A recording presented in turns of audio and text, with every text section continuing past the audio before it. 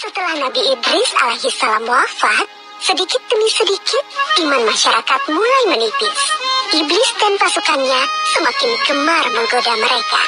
Kemudian mereka mulai senang membuat patung. Mereka membuat patung untuk menghormati para pahlawan, leluhur, tokoh-tokoh yang sudah mati. Patung-patung itu diberi nama sesuai nama para tokoh itu.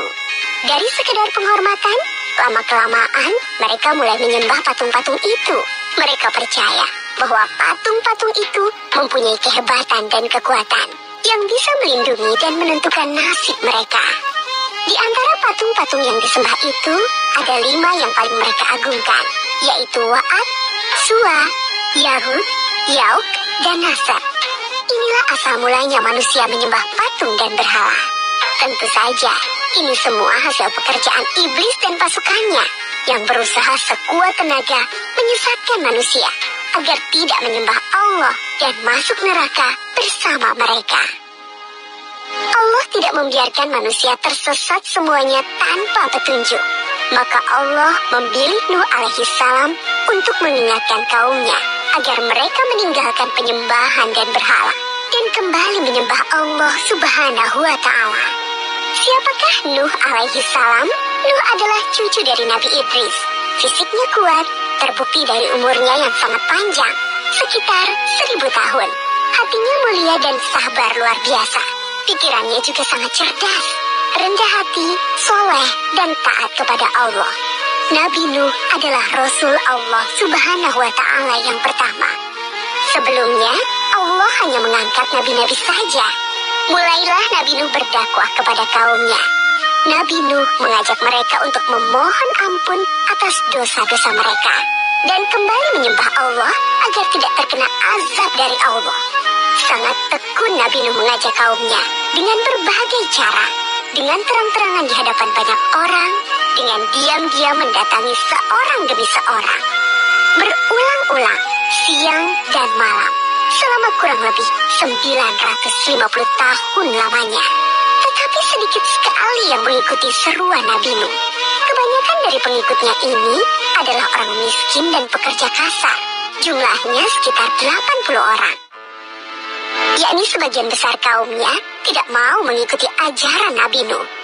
Mereka bersikap angkuh dan sombong dengan menutup rapat-rapat telinga mereka jika Nabi Nuh mulai berbicara untuk mendakwahi mereka. Bahkan mereka menantang Nabi Nuh agar mendatangkan azab yang diancamkan oleh Allah subhanahu wa ta'ala.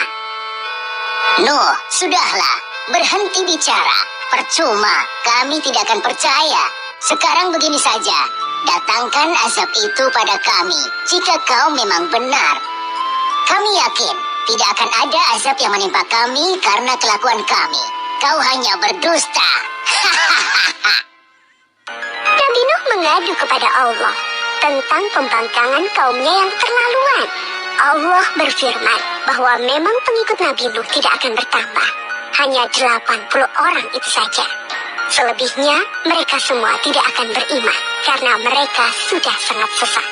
Setelah jelas ketetapan Allah bahwa orang-orang itu tidak akan beriman, maka Nabi Nuh memohon kepada Allah.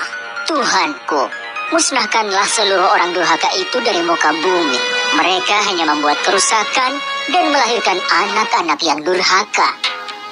Kemudian Allah memerintahkan Nabi Nuh untuk membuat kapal yang besar. Pada masa itu ilmu perkapalan belum berkembang dengan baik. Allah mengajarkan ilmu itu kepada Nabi Nuh. Maka Nabi Nuh bersama pengikutnya membuat kapal besar terbuat dari kayu. Kayu itu didapati dari pohon-pohon di hutan di sekitar mereka. Ejekan kaum Nabi Nuh semakin menjadi-jadi. Melihat pembuatan kapal itu terasa aneh bagi mereka. Apalagi mereka tinggal jauh dari laut. Lihatlah, Terbukti bahwa Nuh gila. apa itu? Bikin kapal ya? Untuk berlayar di hutan. Nabi Nuh dan pengikutnya bersabar dan tetap tekun menyelesaikan kapal itu. Akhirnya kapal besar itu selesai. Inilah kapal besar pertama yang dibuat oleh manusia. Kemudian Allah memerintahkan untuk mengumpulkan binatang-binatang sepasang-sepasang, jantan dan betina. Semua diangkut ke dalam kapal bersama orang-orang beriman. Semua keluarga Nabi Nuh, termasuk yang diangkut ke dalam kapal, kecuali istri dan salah satu anaknya, Kan'an. Mereka tidak mau masuk ke dalam kapal. Mereka tidak beriman dan termasuk orang durhaka. Sementara itu, langit menjadi gelap. Angin bertiup kencang, petir menggelegar. Hujan turun sangat lebat. Dari dalam tanah memancar air yang semakin deras. Juga dari dalam rumah-rumah penduduk, dari dapur-dapur mereka. Dengan cepat, air membanjiri bumi. Makin lama makin tinggi, menenggelamkan rumah, pohon-pohon, dan tentu saja orang-orang di luar kapal Nabi Nuh. Ketika Nabi Nuh melihat sekelilingnya dari atas, tampak putranya, Kan'an, sedang menyelamatkan diri dari banjir. Karena kasih sayangnya kepada anaknya, Nabi Nuh berseru, Anakku sayang, masuklah ke dalam kapal ini. Tidak ada yang bisa selamat dari azab ini kecuali yang berada di dalam kapal. Tidak, ayah. Aku akan memanjat bukit yang tinggi. Pasti aku akan selamat.